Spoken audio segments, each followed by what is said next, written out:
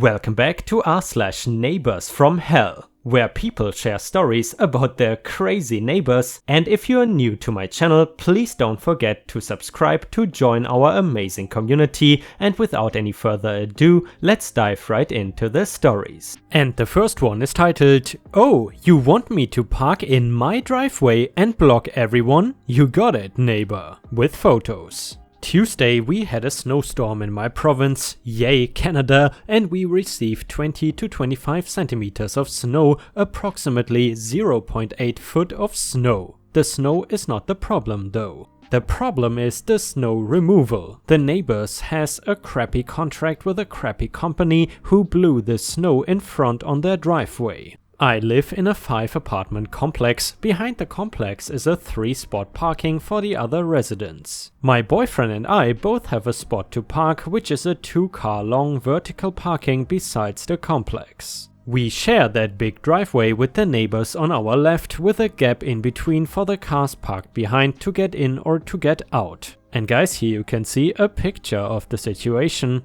Here is another picture of what it looks like. The black car is mine and the snow blown in front of their driveway. And guys, here you can see the snow on the driveway. Well, Wednesday afternoon I come back from work and imagine my surprise when I see this big ass snow mountain. As my boyfriend's car is parked where I am right now, I cannot park on my usual spot in front of him. I will block everyone from leaving or entering. I go park in the streets. But since there has been a snowstorm and the snow removal process is starting that night, I cannot stay there for the night or I will get a ticket. My neighbor Y downstairs decides to call the owner of the complex on our left and he says, "Yes, she can park in front of the snow on our side." So I do that. 2 hours later, an old lady rings everyone's bells in my apartment complex and demands to speak with the black car's owner. I get down, the conversation goes like this. Old lady: "Are you the owner of this car?" Me: "I am indeed. Is it problematic?"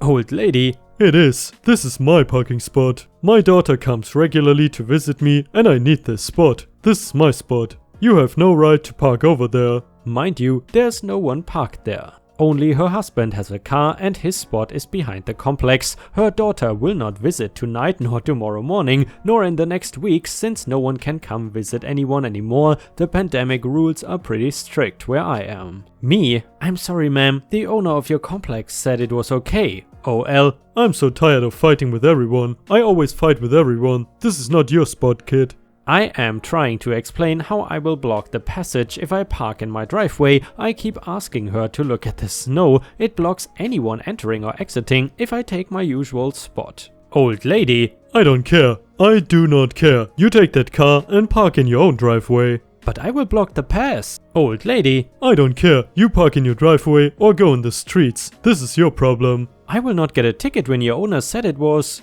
"You leave immediately or I call the police." I shut the door, effing mad. Fine, I will park in my spot and I will block the whole driveway, ma'am. I simply do that. The thing is, 2 of my neighbors work from home. My boyfriend has a day off on Thursday, the old couple downstairs are retired and the other one takes the bus. I simply don't block anyone except for the complex on our left. Thursday morning, who wants to get out at 6:30 and honks loudly in the parking lot? Old lady and her husband, whose parking spot is behind the complex, not even on the side, you got me. I could have parked there, it would have made no difference. I go downstairs, pajamas, coat half zipped and wet hair. I wave and smile. "Your car is blocking the entry," she yells through the downed window. I know, you asked me to park in my driveway, which I did. I see her husband on the driver's seat looking at her like, "Janet, not again." She rages a little bit and says, "Fine, go in my driveway if you effing want. I need to go work now. I'm late." "Of course, ma'am." "Thank you, ma'am." I simply smiled and got in my car, rewinded, let them pass and parked in her driveway. Oh joy. This morning, my boyfriend and I left for work and when I came back, I took his spot. Tonight she will be happy to see no one is parked in her driveway until my boyfriend comes back home. And guys, if you recently had any interesting disputes with your neighbor, please let us know either in the comments or on r/ripe stories on Reddit if you want to share your story there. In addition, if you have watched until here and enjoy the neighbor stories, I would be super happy if you could post some star emojis in the comments and possibly even like the video. Thank you so much in advance, it really helps me out tremendously.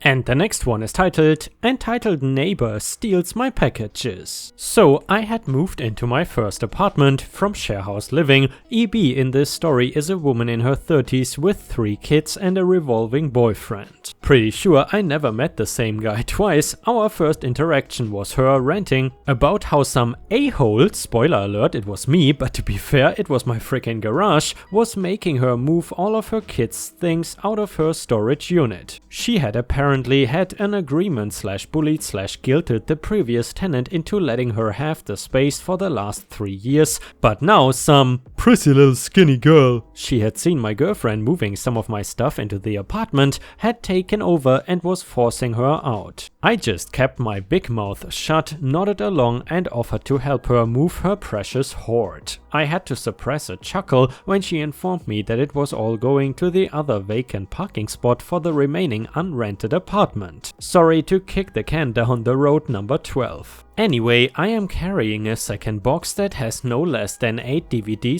/ Blu-ray players in it when it occurs to me that some of this stuff is probably stolen. I mean, who has 8 DVD or Blu-ray players? The kids, 7 to 12 years old maybe. Seem nice enough and it only takes maybe 30 minutes to move all of the crap. And by the way guys, in this case EB means entitled BITCH, but we will just remember it as neighbor. Anyway, I bid the neighbor farewell and vow to never leave the garage door unlocked. There were multiple entitled things she did, like filling up my bins with her crap, parking her tank of a minivan out just far enough that you had to do a 1,000,000-point turn to get out, etc. But the one that sticks in my craw is the mail thing. Now let me preface this by saying that you should not be me, don't wait for building management, just get the post office or the cops involved. I've had similar things happen since this and it leads to a more satisfying outcome. Sorry if you came for sweet justice because this is a bit of a fizzle.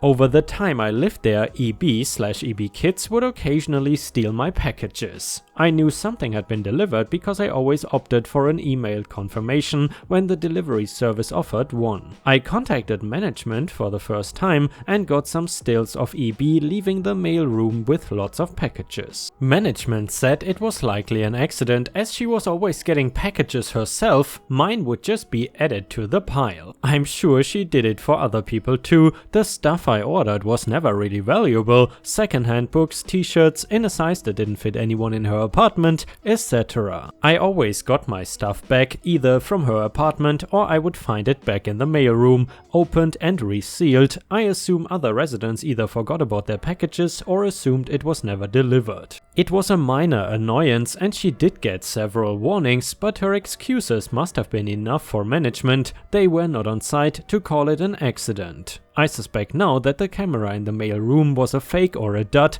because it faced our parcel slots. However, they never provided any footage from it. Anyhow, I would ask for my stuff back and most times I would get it. CB was always sorry, her kids must have gotten confused. You see, she never meant to take my package. We lived in an apartment 6 and 9. Oh dear, her dyslexia made her grab the wrong box. Did your dyslexia make you ignore the fact it had my name on it? I cannot remember all the excuses, but there were a lot of them. So we have a weird cycle going here until she got angry, boyfriend ABF. So it is the usual issue, I get the package delivered, notification, but it is not in the mailbox or the little mail room. I go to CB's apartment and the door is answered by not by EB, but by ABF. I politely ask for the package, done it half a dozen times before without issue, and ABF goes nuclear real quick. He is screaming that they are not thieves and I can go F myself with something rusty. It is worth mentioning that ABF was a good head shorter than me, so I don't feel threatened. I just say, not a problem. The package was delivered, the company took a photo and left it in the mailroom.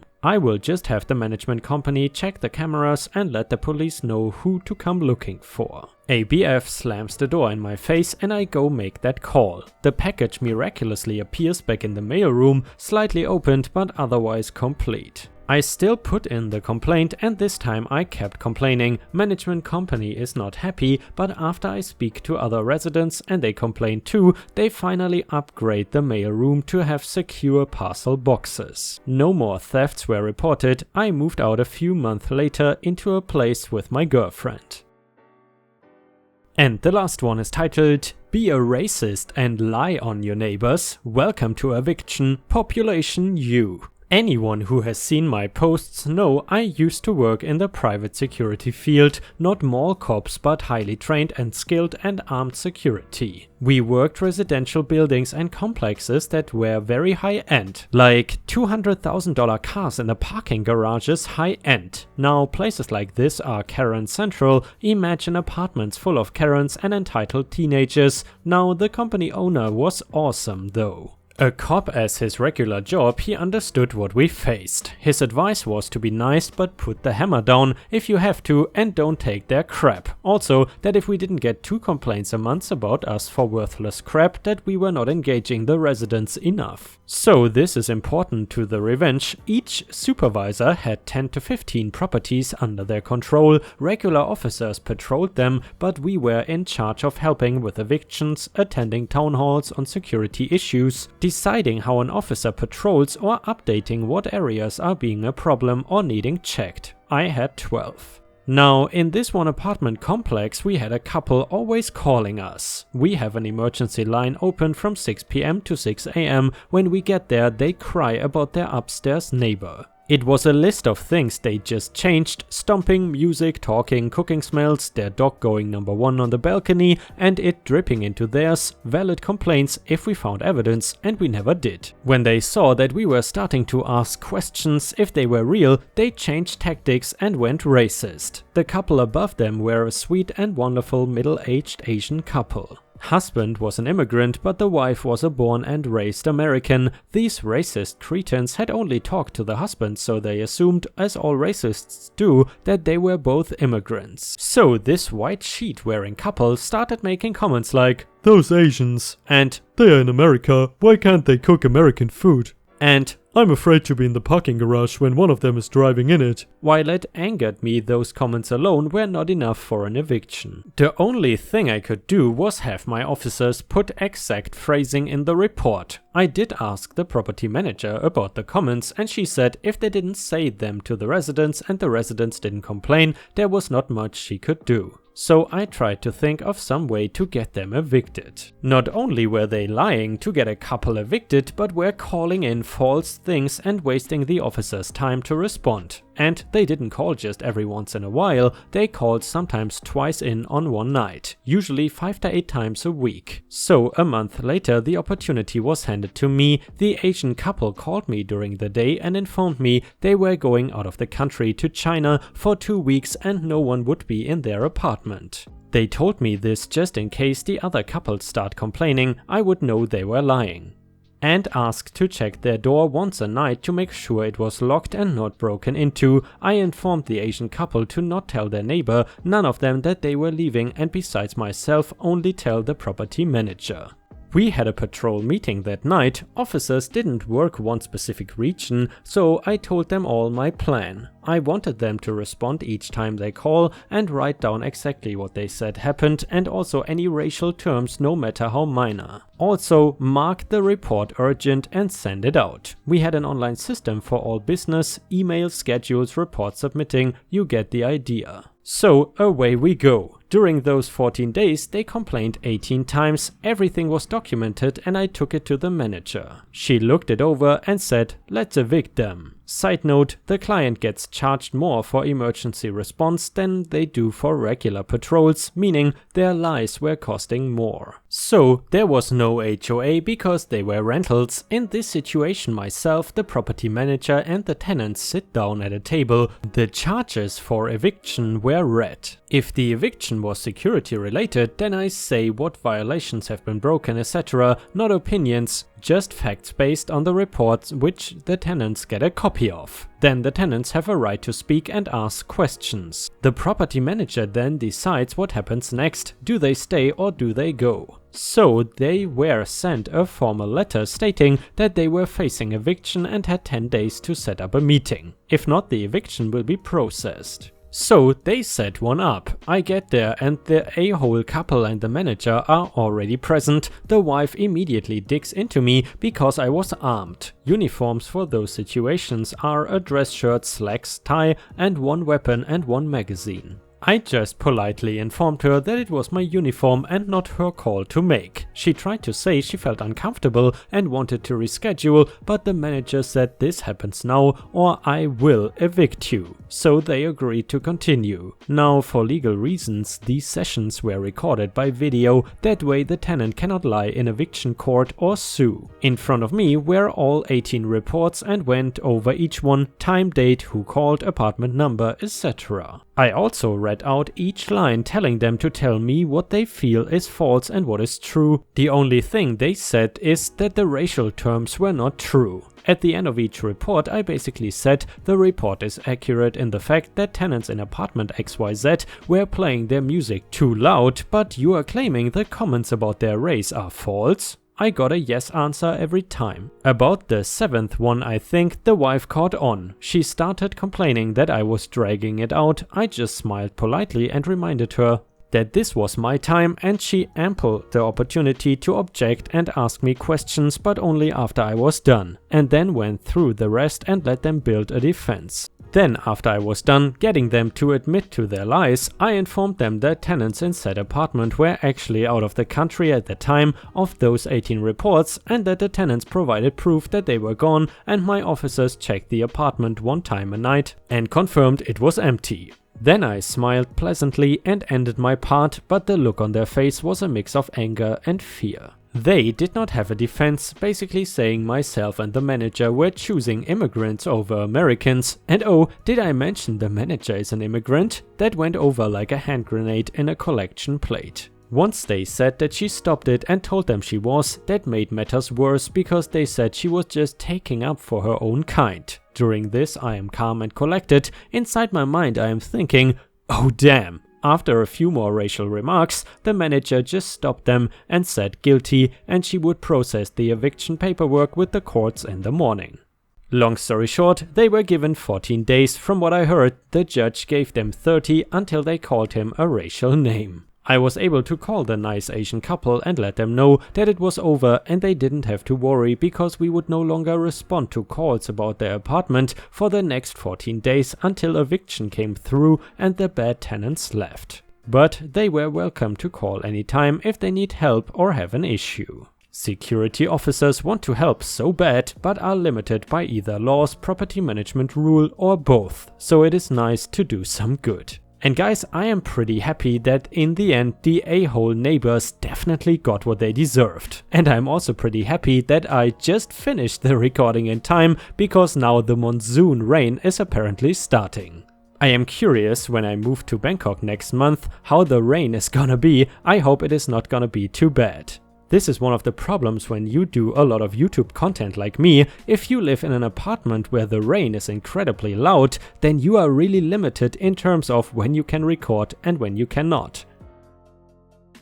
And guys, unfortunately we have already reached the end of the video. I hope you enjoyed today's stories, and if you haven't already, please also go to patreon.com/ripeyoutube where I upload exclusive Reddit videos starting at just $3 a month. This is a great way to support me in case you are interested, and the chance for me to become independent from YouTube revenue.